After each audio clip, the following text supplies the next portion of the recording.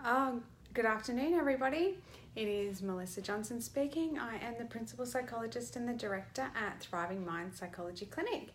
And welcome to vlog number 10 of my 90-day vlog challenge.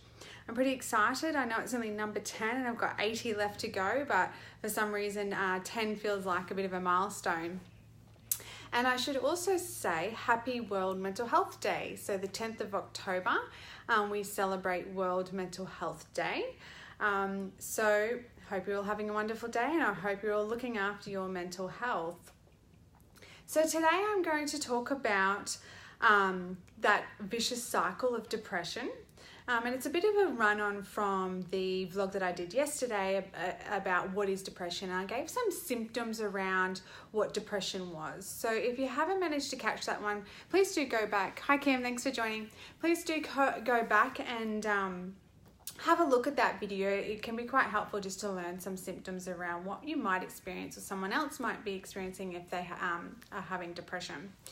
But today we're going to talk about the cycle of depression and how that all works. And we're also going to talk about how to activate your behavior by using a strategy that we call behavioral activation. Before I do that though, I just want to say that it's really important for you to understand that this is not a therapy, this is not treatment, and these vlogs should not be used instead of going to treatment, okay? So these vlogs are just for informational purpose and a bit of educational purpose. So please, this is not a substitute for therapy, and this is definitely not a therapy. All right, so let's get started. So what is the cycle of depression? And I should also tell you what I am going to do on the board today is sort of I use off of a website called the Center of Clinical Interventions, which anyone can jump onto, anyone can use, and I'll put that post there. So this cycle I'm going to explain to you today is a bit of an adaptation from that. Okay, here we go.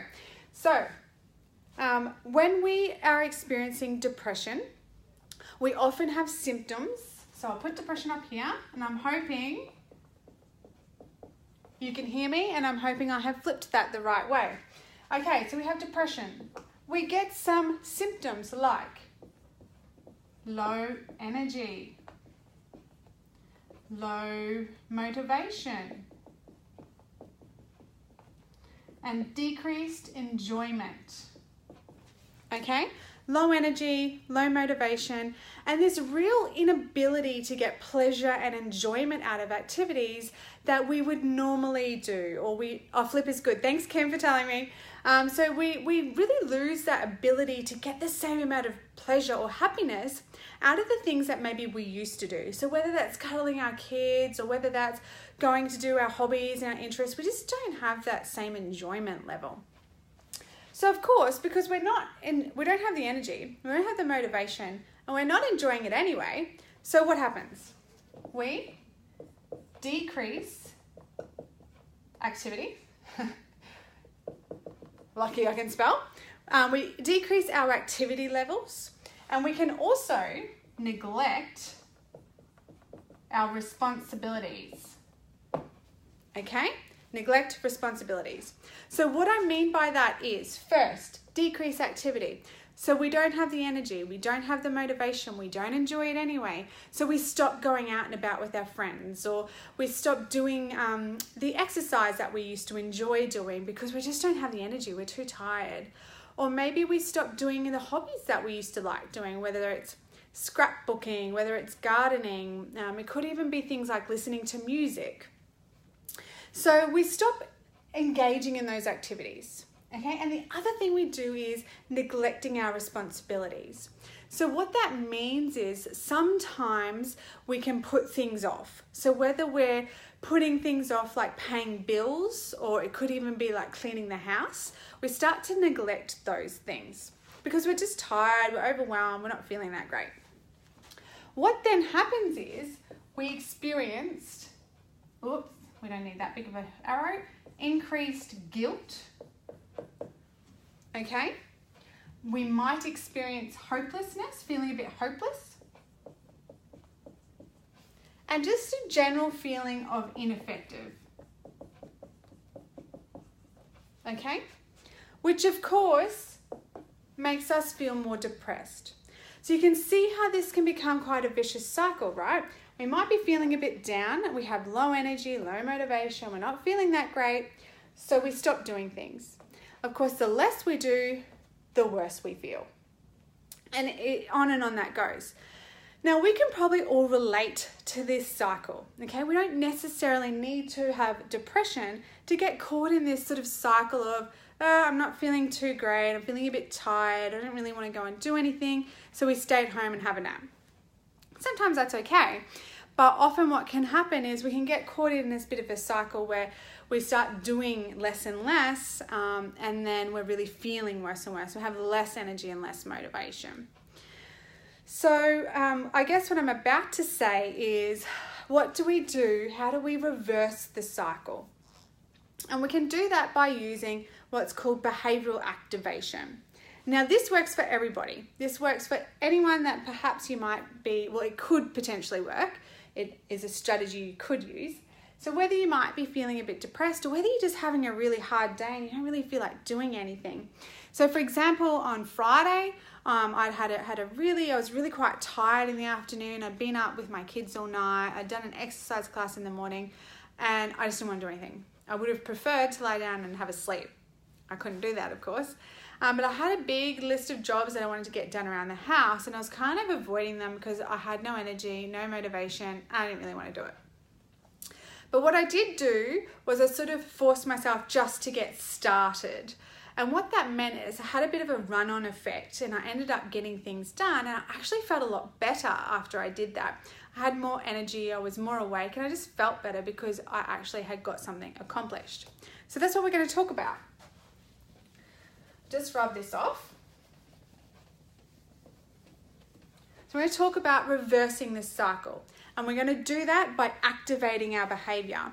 And what that means is we're going to activate our behavior despite the fact that we might not feel like it, despite the fact that our mind might be telling us that we don't want to, or we're too tired, or we can't, or we won't like it anyway.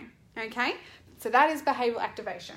So the first step in this cycle is to increase your activity or tackle that list of responsibilities. Okay? RES stands for responsibilities. So what I mean by this is increasing our activity and tackling that list of responsibilities. The biggest thing to remember here is keep it achievable, keep it realistic, okay? There's no point in saying, right, I'm going to go and run a marathon in 3 weeks if you've never run before, or you don't even know where your shoes are, okay? It's just too big, too overwhelming, and we set ourselves up for something that we might not be able to do.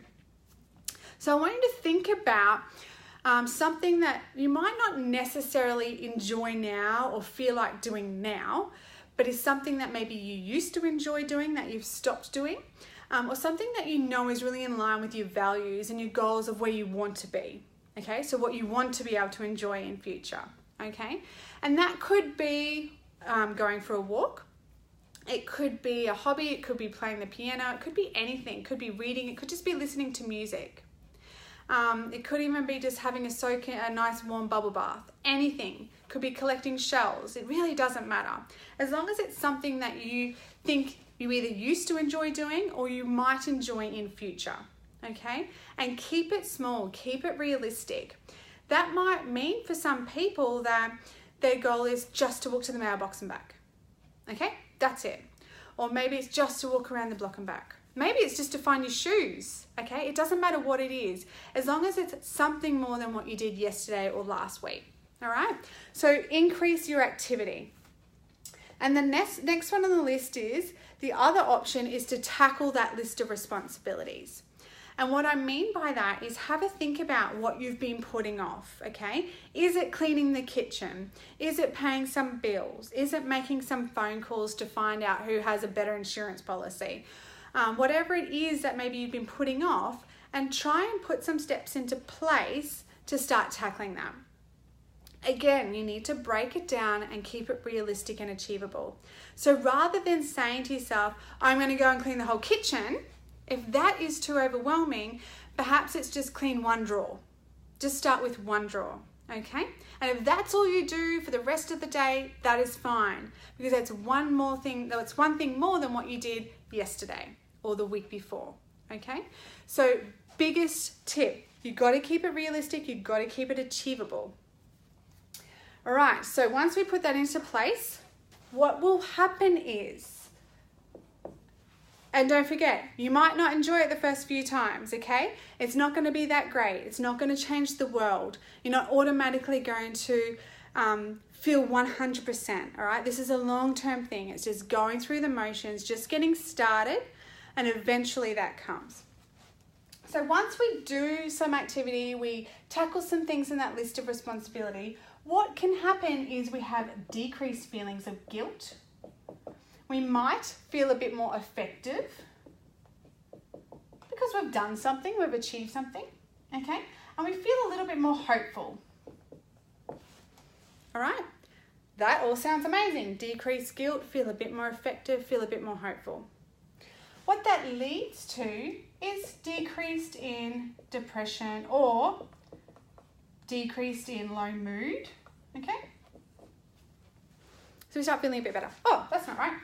Yes, improve our mood. That's what we want. We want to improve our mood. And yes, this is live. We are improving our mood.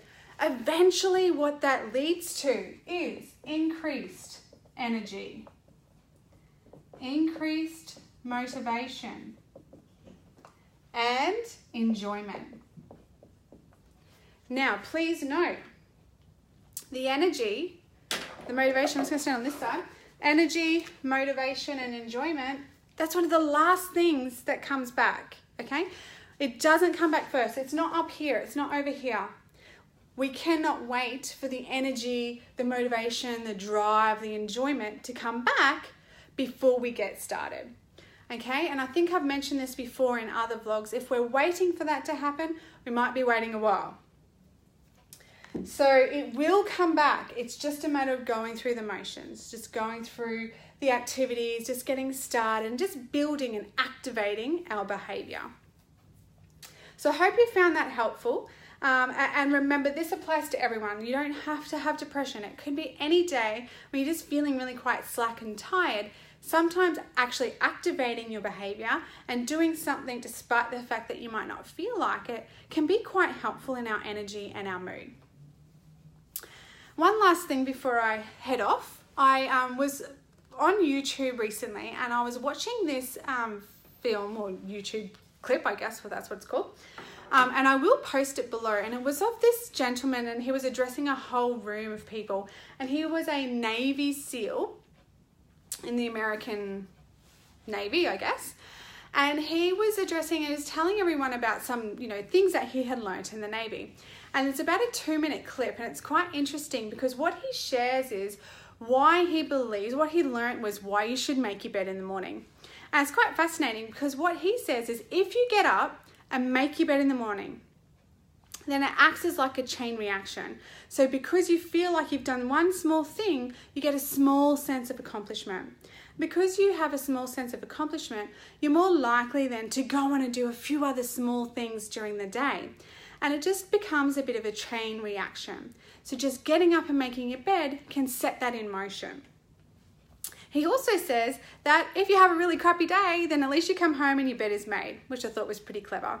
So have a look at that. It kind of sort of blends in with this idea around behavioural activation and just getting started on one small thing, which will eventually lead to greater energy, greater motivation, and more activity. So thank you so much for joining me live. Thanks for hanging in there, Kim. It was nice to have you here.